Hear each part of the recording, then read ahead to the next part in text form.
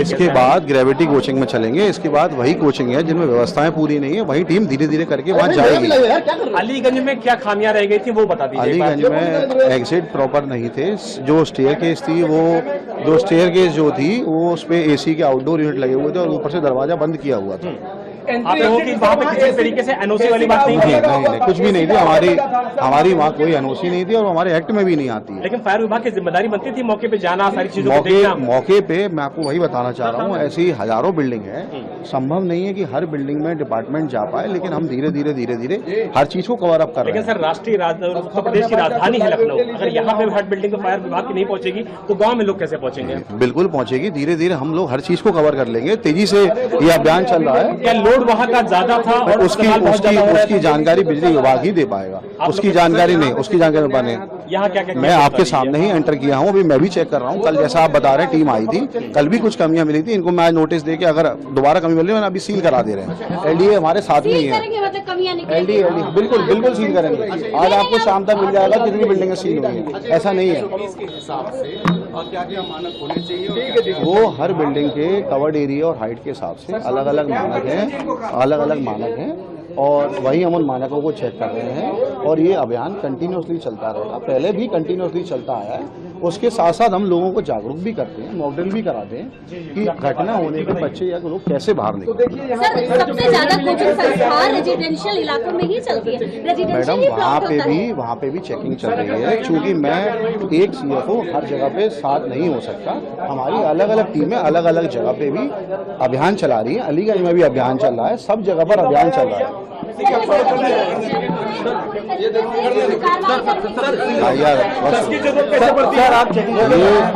अगर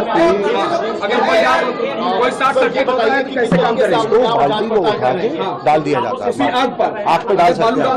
हाँ, कंट्रोल हो जाएगा। कई बार किसी लोगों को एक्सटिंग्विशर चलाना नहीं, ये होज़ चलानी नहीं आती या हाइड्रेंट चलाना नहीं आता, तो हम अगर लाइट कटने के बाद हम पानी भी डाल सकते हैं और बालू डाल के भी आग को काफी हद तक कंट्रोल किया जा सकता है। लोड के कारण एनसीबी वगैरह जलने लगती है तो हम पहले बिजली कट ऑफ करने के बाद पानी और बालू में इस्तेमाल करेंगे। तो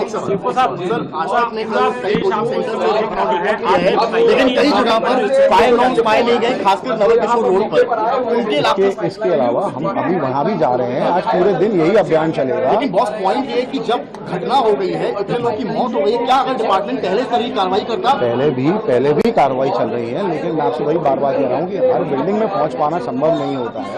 हम लोग कार्रवाई कंटिन्यूसली चलती ही रहती है, पूरे साल कार्रवाई चलती है। कि उनकी जिम्मेदारी ये बड़ा है डिपार्टमेंट को बताने की कि यहाँ कोई बिल्डिंग अगर इलीगल चल रही है तो आपके जाते होंगे, एग्जिट नहीं है। हमारे पास कोई कंप्लेन आती है तब जाते हैं और नहीं आती है बिल्डिंग। 15 बच्चों की जान नहीं आती है, 15 बच्चों की जान जाती है, जिम्मेदारी बनती है। हम लोग कंटिन्यूसली बता रहे हैं आपको, हम लोग चेक कर रहे हैं और हमें आप चेक करने का। अगर अलीगंज में एक सवाल आपसे कर रहा हूँ, आज तक लगातार अलीगंज ग्राउंड रिपोर्ट कर रहा है, अलीगंज में सारे बच्चों की जान बचती है। आपके बाद होटलों की मेन ड्राइव अलीगंज लेकिन होटलों की मेन ड्राइव चलाई थी। कम से कम 200 से ज्यादा होटलों को चेक किया। 40 होटलों को हमने बिजली काटने के नोटिस भी दिए हैं, जो ऑलरेडी बिजली डिपार्टमेंट में हम लोगों ने भेज चुके हैं और कईयों के नोटिस, कईयों के कारण बताओ नोटिस भी जारी कर दिए। बिजली विभाग की गलती है कि नहीं? अगर आप फायर विभाग को बता रहे हैं कि उसकी जरूरत नहीं थी, फायर विभाग की गलती नहीं थी आप बोल रहे हैं, बिजली विभाग की गलती थी कि नहीं थी? लोड का संबंध, लोड का मुझे आइडिया नहीं है कि उस पे कितना लोड था और एक्चुअल में कितना लोड चल रहा है। प्रथम दृष्टया हाँ प्रथम दृष्टया शॉर्टकट फायर एनओसी नहीं दी गई थी। फायर एनओसी वो ना उन्होंने एनओसी मांगी गई, ना हमने एनओसी दी, ना ही उस बिल्डिंग में आने वाले। तो मतलब आपके नाम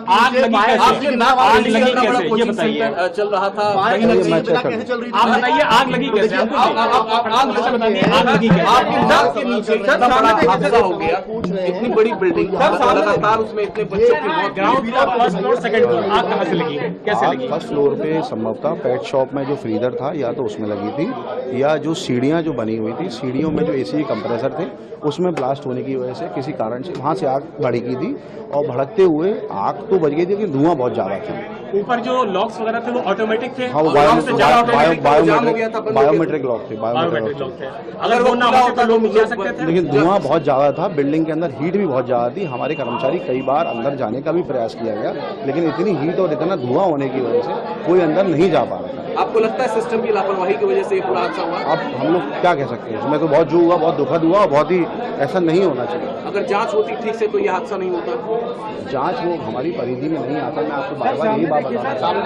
आप कह रहे हैं 15 मीटर के इसलिए आपको रिव्यू में नहीं आती है, लेकिन वहाँ पे पहले भी इंसिडेंट हुए थे, पहले भी फायर इंसिडेंट हुए। क्या सेफ्टी चेक वहाँ पे कब किया गया था? अभी जो आग घटना हुई थी उसके बाद हमने 200 होटलों से ज़्यादा को चेक किया गया था। 40 होटलों की हमने बिजली काटने के ऑलरेडी नोटिस भी दे रखे हैं और 100 हमने होटलों को लाइसेंस निरस्तीकरण के लिए भी भेज रखा है। कंटिन्यूसली कार्रवाई चल रही है, साथ साथ मॉकड्रिल भी कंटिन्यूसली चल रही है। क्या फायर डिपार्टमेंट को पहले से कोई नोटिस नहीं मिले? क्योंकि स्टूडेंट्स ने क्लेम किया कि दिसंबर में वहाँ पे फायर इंसिडेंट था। नहीं, हमें ऐसा कोई नोटिस नहीं मिला। और ऐसे लखनऊ में लाखों बिल्डिंग हैं जिन्हें एक दिन में चेक करवाना हमारे लिए संभव नहीं होता है और वो हमारे एक्ट में भी नहीं आती है।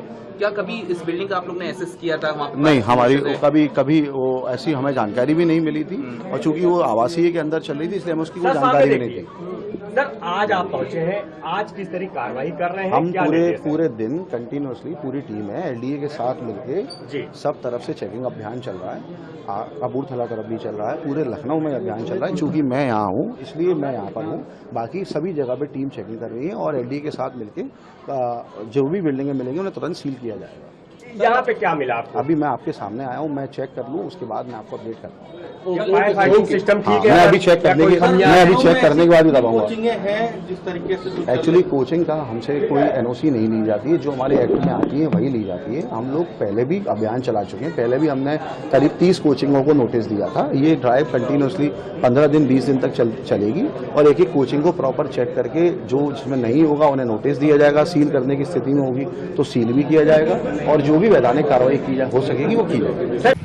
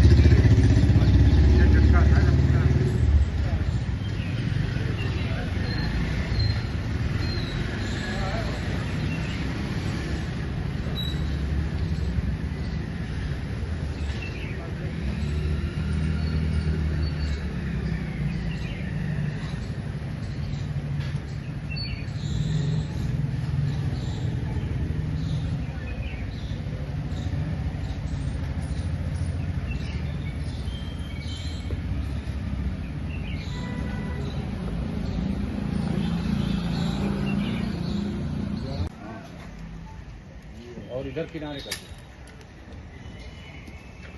लो बस ऐसे छुआ दो, ज़्यादा दबाव में बस।